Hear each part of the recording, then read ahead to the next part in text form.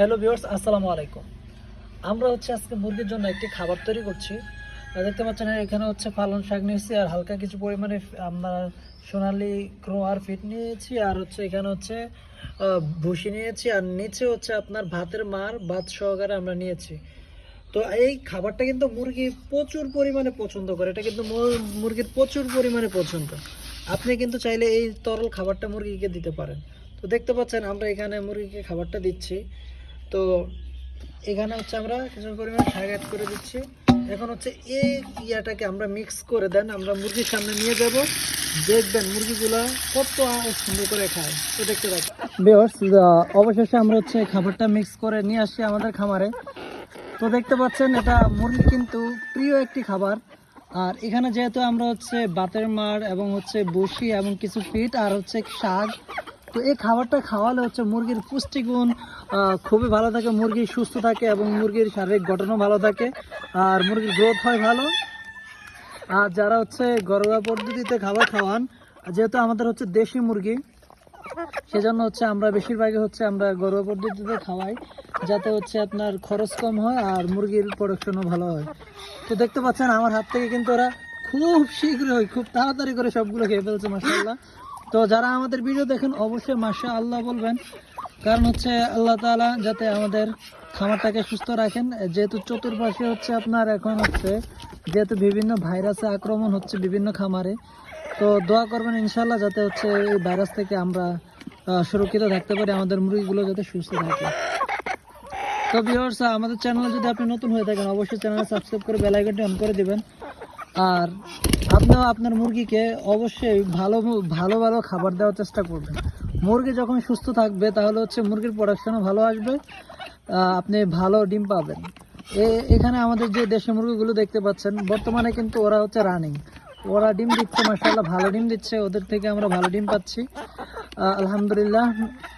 তো আপনারা কিন্তু চাইলে দেশি মুরগি পালন করতে পারেন। দেশি মুরগি পালন কিন্তু খুবই ভালো একটি মুরগি, তবে দেশি মুরগি ডিম কম দেয়, তবে আপনি যদি ভালোভাবে পালন করতে পারেন অবশ্যই আপনাকে ভালো সে প্রোডাকশন দিতে পারবে।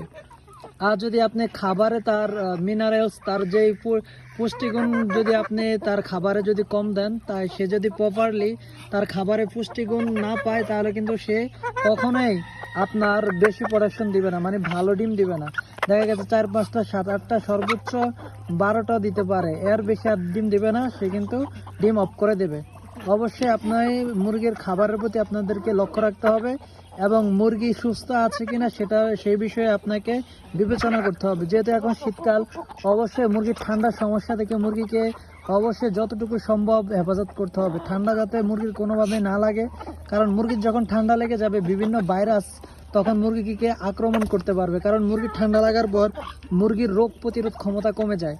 অবশ্যই রোগ প্রতিরোধ ক্ষমতা বাড়ানোর জন্য প্রতিনিয়ত মেডিসিন না খাওয়ায় আপনি কিন্তু বিভিন্ন শাকসবজি এবং বিভিন্ন পাতালতা খাওয়াবেন, তাহলে মুরগি দেখা গেছে আপনার রোগ প্রতিরোধ ক্ষমতা মুরগির বাড়বে।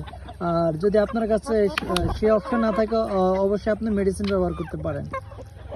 শামসুল কৃষি খামার ইউটিউব চ্যানেলে যদি আপনি নতুন হয়ে থাকেন অবশ্যই আমাদের চ্যানেলটি সাবস্ক্রাইব করে বেল আইকনটি অন করে দিবেন।